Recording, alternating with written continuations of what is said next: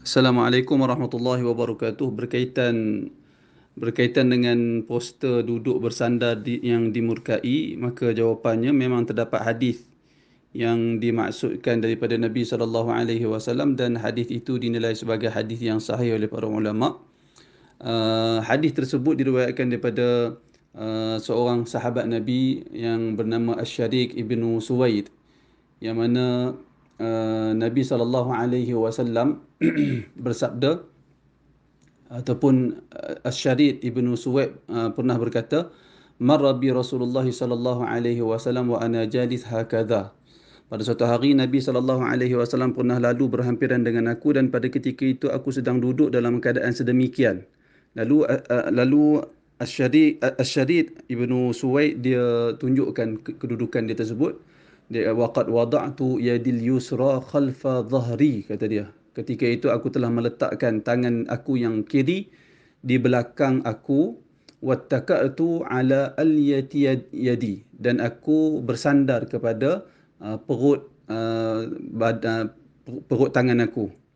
Aliyah ni iaitulah gempal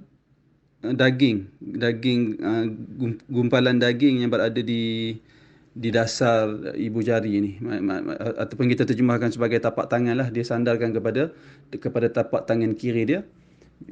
Kemudian Nabi SAW bersabda, ataq'udu qa'datil maghdubi alaihim, apakah kamu duduk seperti mana duduk yang dimurkai ke atasnya.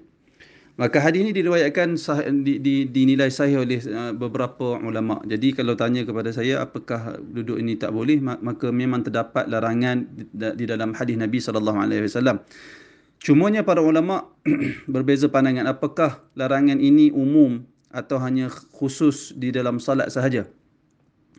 Sebahagian ulama berpandangan larangan ini larangan khusus di dalam salat sahaja, namun sebahagian ulama lain berpandangan larangan ini umum, merangkumi di dalam salat maupun di luar salat.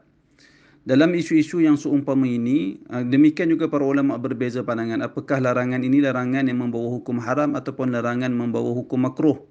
Dalam isu-isu yang seumpama ini, seperti mana biasa saya nasihatkan kepada diri saya dan tuan-tuan semua, supaya kita berusaha mengelak dari duduk secara sedemikian kerana terdapat tegahan daripada Nabi SAW. Adapun jika kita nampak ada orang lain yang duduk seperti itu, maka jika kita mampu menegurnya, maka hendaklah kita tegur dalam suasana harmoni, seperti kita menegur saudara kita, saudara se-Islam kita. Wallahu a'lam.